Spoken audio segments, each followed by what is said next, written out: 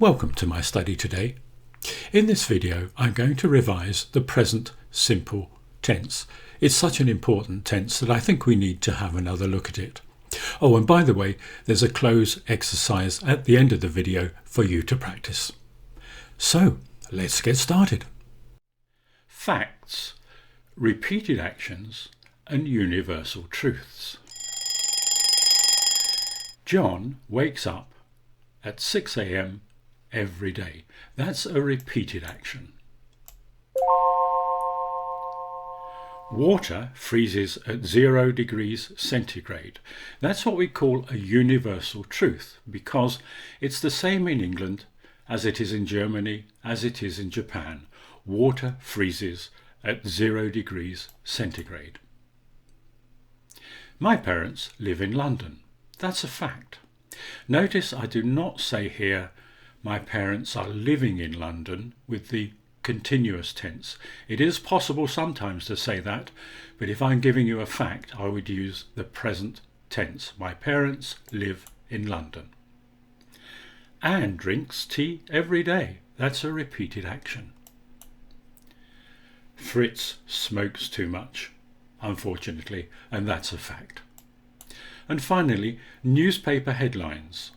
Crocodile eats man. It's very convenient to use the simple present tense in this kind of shorthand that you see in a newspaper headline.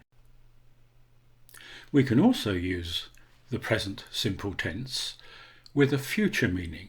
Now this is especially so in timetables. The flight takes off at 9:30, goes to Paris first, leaves there at 1:30 and lands in Madrid at 4:15. Now, if you look at these look like present tenses, but they're used with a kind of future idea. We can also do this for programs, for plays, for cinemas, for example. The film begins at 8 p.m. Begins is obviously present tense, but it's referring to something in the future. Instructions and explanations are especially good for present tense, something like a recipe.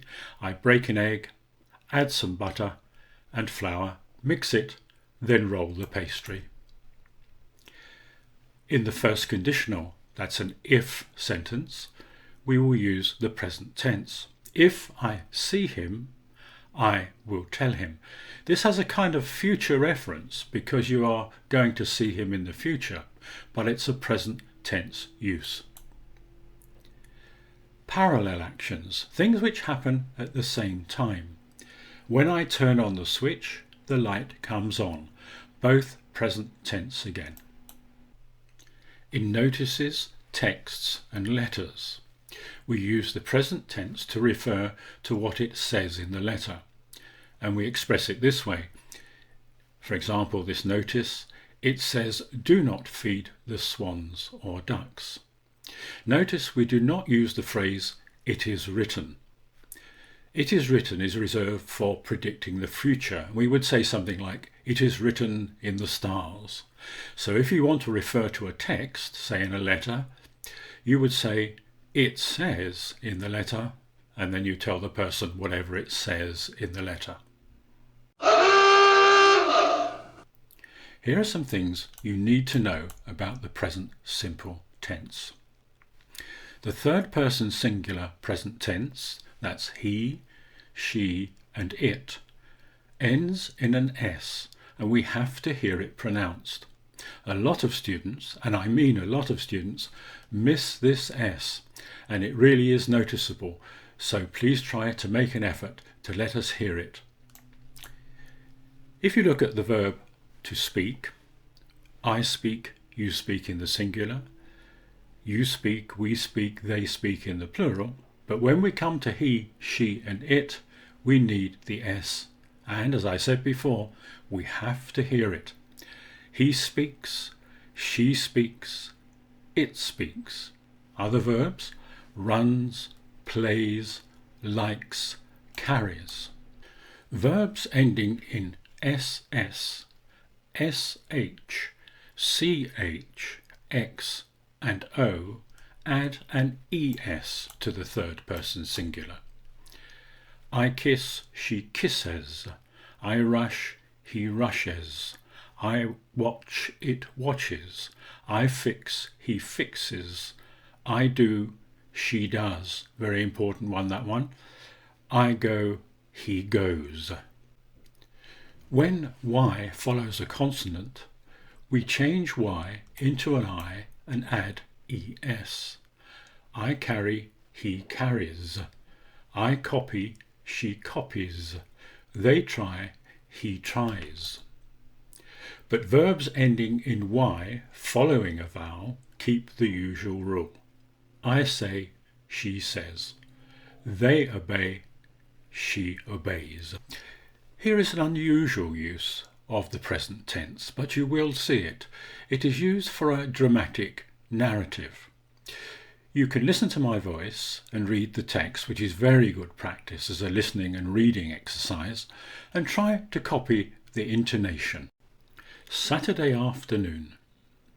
It is Saturday afternoon and my brother and I are at a football match.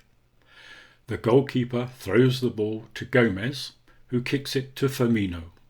Firmino runs down the touchline and passes the ball to Salah, who kicks it into the goal. The people around us cheer loudly and we clap our hands. And now the bonus exercise 2. Complete the sentences with the present tense of the given verb.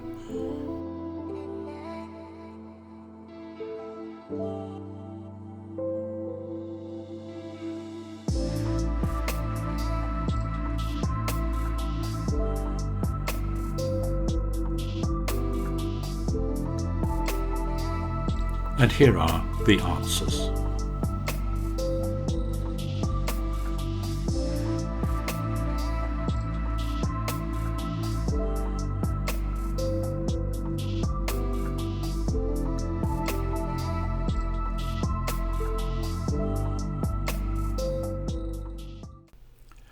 I hope you enjoyed our revision of this very useful present simple tense.